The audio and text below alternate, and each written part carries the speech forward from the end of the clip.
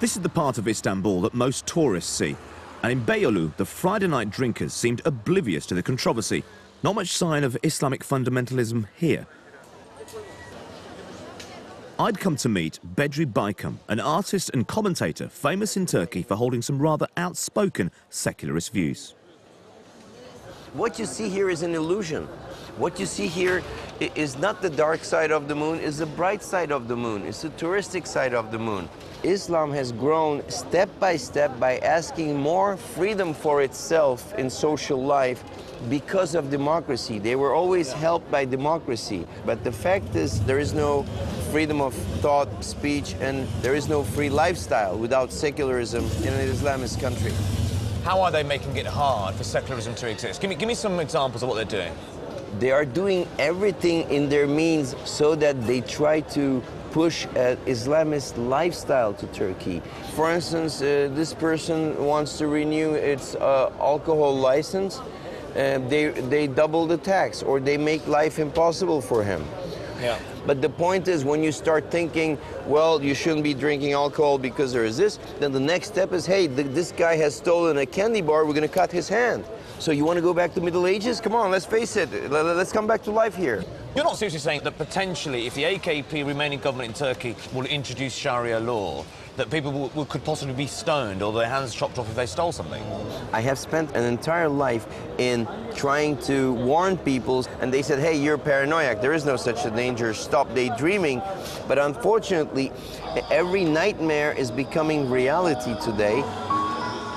People who use religion, who use Islam to gain their power, they use this power in order to strangle democracy. Bedri paints a pretty alarming picture. But although Turkey's governed by an openly Islamic party, secularists like Bedri are far from powerless. Founded in the 1920s, the Turkish Republic has a strictly secular constitution. It has draconian laws ruthlessly enforced by the fearsome military and courts. Today, a war is raging between the two sides of the political system. On one side, the secular state. On the other, the democratically elected and popular government, the AKP. And their fiercest battle so far has been over a small piece of cloth. Under Turkey's secular constitution, wearing a headscarf is banned in all official buildings. Here at Istanbul University, devout women must take off their headscarves just inside the gates. And at universities across Turkey, there are similar security checkpoints. This law has effectively barred some devout women from attending university. These students dropped out and have created their own study group.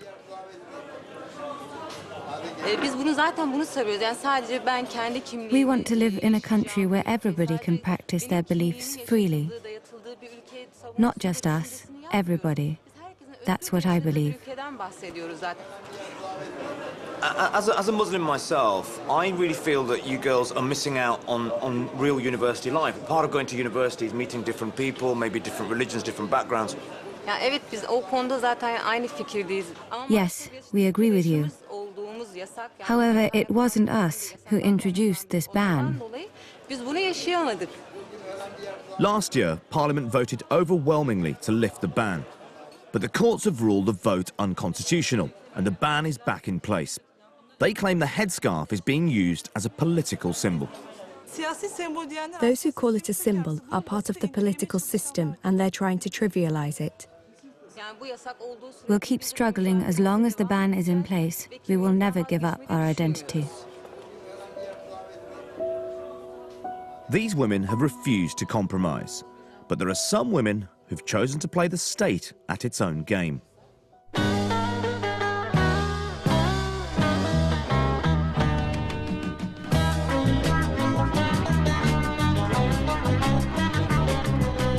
Mercan Yücel is in her final year at one of Turkey's top universities.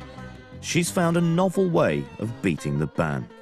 How do you decide what kind of hairstyle is then appropriate? We don't prefer these one or these ones because it's very fashionable. Oh, too fashionable. We don't need fashion. Too trendy. Yeah. Yeah. Okay. We don't need to seem beautiful. This is not pink. Right. We So you're looking for the ugliest wig? Yes. Yeah. So, Mejan, tell me why have you chosen this particular wig to try on? Because this is long, and Okay. this will hide my scarf. This will satisfy the university. So it's a simple case, if you don't put this on now, Yeah. you can't get a university education. Yes, that's true. That must be a really difficult thing to do. Yes, yes. You feel like a clown. But Merjan's a wig wearer with attitude. This is her way of ridiculing the ban.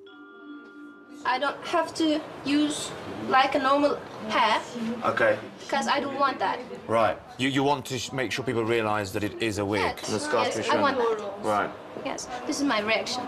It does look absurd, doesn't it? I mean, Yes, it's this not is- how it's supposed to be worn. The problem is absurd. The occasion is absurd. Do people not make fun of you at university like that? I don't care them. Right. I just care my education. I just care to finish my education and get my job. This is the thing important for me. What do your friends think? What do you think of the way of the way she looks? Even if you wear a wig or a hat, you'll still be the same inside. What's in your mind and heart doesn't change. If they think any differently, they're fooling themselves, in my opinion. Women like Merjan might feel the same inside, but unless they take off their headscarves, they can't work in public buildings. So they can't be a lawyer, doctor, or civil servant. Do you think wearing a headscarf may cause you a problem in the future for getting a job as well? Yes, it's also banned in the public institutions. So you might have to buy quite a few wigs before then. Yes. So, okay.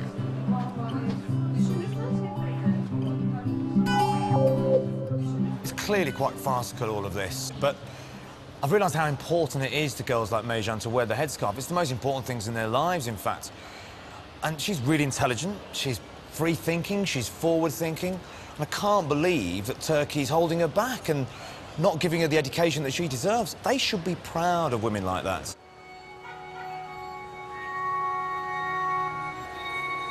So despite what you might think, this is not a clear-cut battle between intolerant Muslims and a liberal secular state. Some people see it as quite the opposite.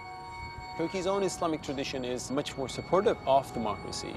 And it is Mustafa Akyol is a popular Islamic social commentator. The secularists in Turkey believe in what I call the doctrine of preemptive intolerance. I mean, do not tolerate people, because if you tolerate them, they will be strong, and then they might not tolerate you in the future. But I think that's not how you build a democracy. They basically think that they should suppress practice, religious practice, conservative religious practice, and they should secularize the society by force.